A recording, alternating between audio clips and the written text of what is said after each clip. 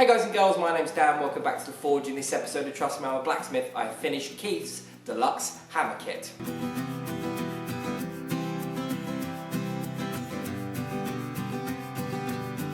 So Keith contacted me about making him a hammer kit.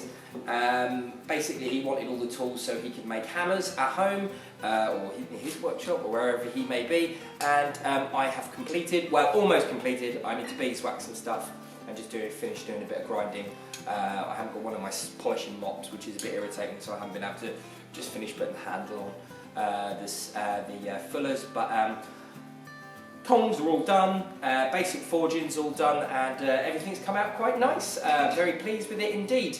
The deluxe kit comes with this H13 punch, it comes with a hammer eye drift, a pair of pickup tongs, absolutely brilliant. I've been playing around with them a little bit today as well, and they work really nicely. I'm going to have to make myself a set, and also a top and bottom fuller. They also, the kits also come in a variety of tooling, so there is like a power hammer version of this with some spring fullers and slightly different punches for those who are brave enough to want to work under a power hammer and punch holes and stuff.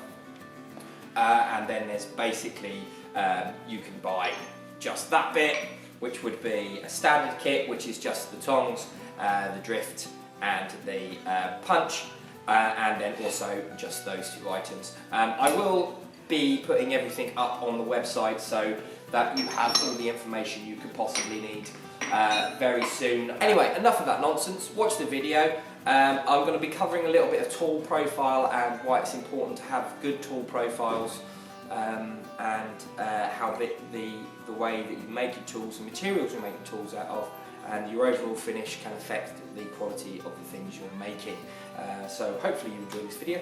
Hopefully Keith likes his kit, which will be coming out to you very soon, and I think that's everything. So I'll let you watch the video and I'll see you on the other side.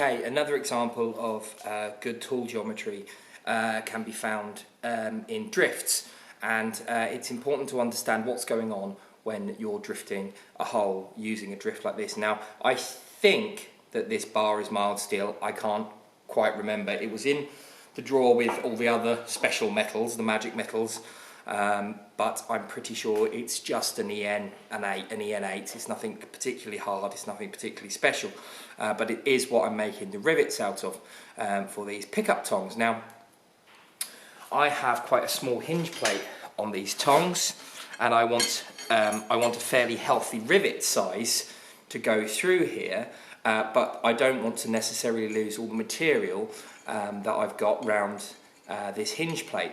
So what I've done is I've drilled a small 4mm hole, and then I've made this drift out of the parent material. This is the material that I'm going to be using for the rivet. Basically get this hot and then just drive this drift through. Now, things to take into note when doing stuff like this, I really wanted to punch a very small hole in here, hence the drill and then the drift. Some people might consider that cheating. It just depends on your values as a blacksmith. Now, I've drilled quite a small hole because I know punching this sort of size hole with a drift can be quite difficult. With a normal punch can be quite difficult. And then this just basically speeds me up. This is laziness. And then what I've done is I've put quite a generous taper on this tooling because I want A, this tooling to do the job, and B, for it to pass through and spread that material nicely. And then I've left a portion that can be used to make the sides of the punched hole. I've already done one just here. This is a bit hot, but this will receive, or it did receive, yeah, it still will. It will receive the parent material quite nicely because it has straight sides. So that's something to think about when producing tooling like drifts. How long does the taper need to be? Do the sides need to be straight? What sort of material do you need to make your drift out of? And more often than not, mild steel is okay. In some examples, mild steel isn't okay. And why do I need the drift? Is the drift there for a purpose? Or is it just to help me speed up the job? Do I need more than one drift is another thing to consider when making drifts. Sometimes if I'm punching quite large holes, I'll make maybe 2 drifts. Yeah, anyway, I'm going to punch this hole and I'll see you in a second.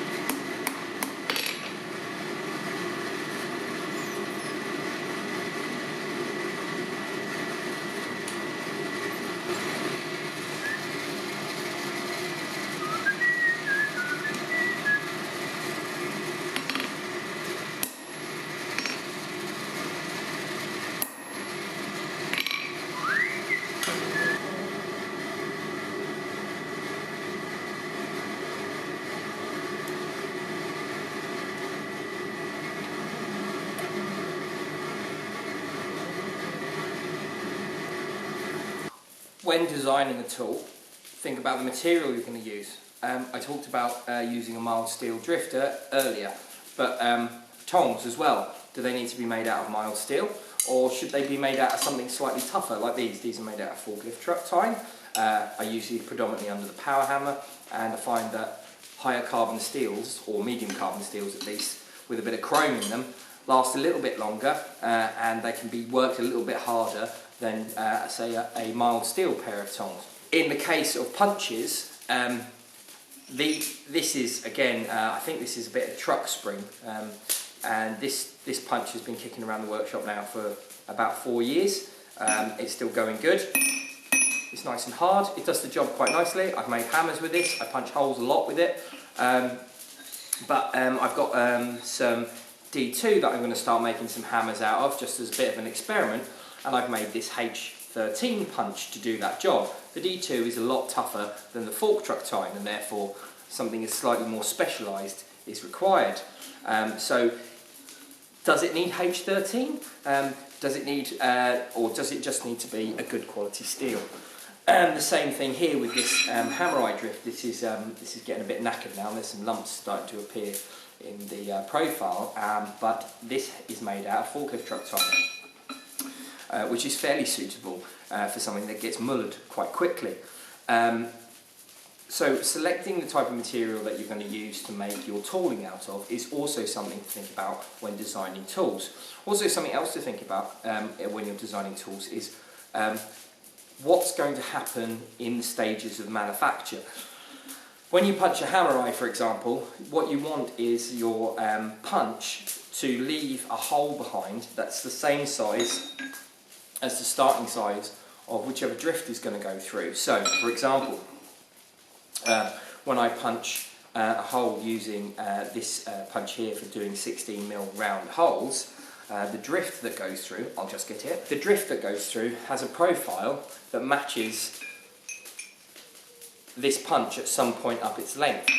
So the same here with the hammer eye drift here, hammer eye punch. The hammer eye punch should essentially match at some point here on the hammer eye drift. So when you're profiling your tools, you need to make sure that you cover all these elements, because that's just good tool design. Anyway, I'm going to get on and I'm going to make myself another H13 drift, and I'm also going to make some hammer eye drifts as well, for some up and coming projects, these D2 hammers I was talking about. And yeah, that's everything. So I'll see you in a minute.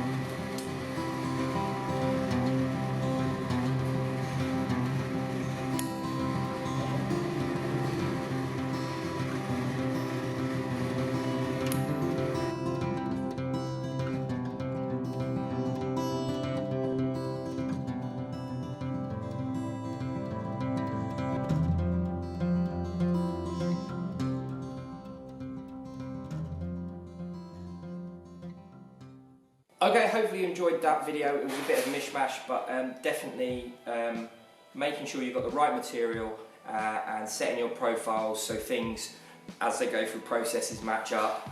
Also, good clean tools that have a good clean finish, go in and out of tools nicely, no sharp edges and things like that will give you the best chance of succeeding when it comes to making stuff if you are making punches and stuff like this.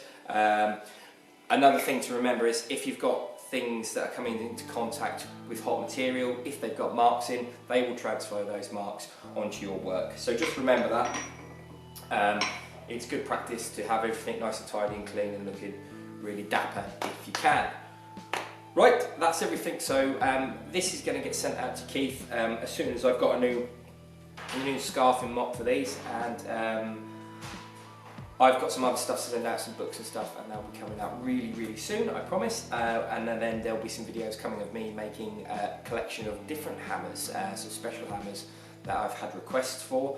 And yeah, that's everything. Just thank you for joining me. If you enjoyed this video, remember to leave a like and subscribe if you haven't already. And if you are a subscriber, remember to ring that bell for notifications, because it lets you know every time I make a video, and I try and make videos as often as possible.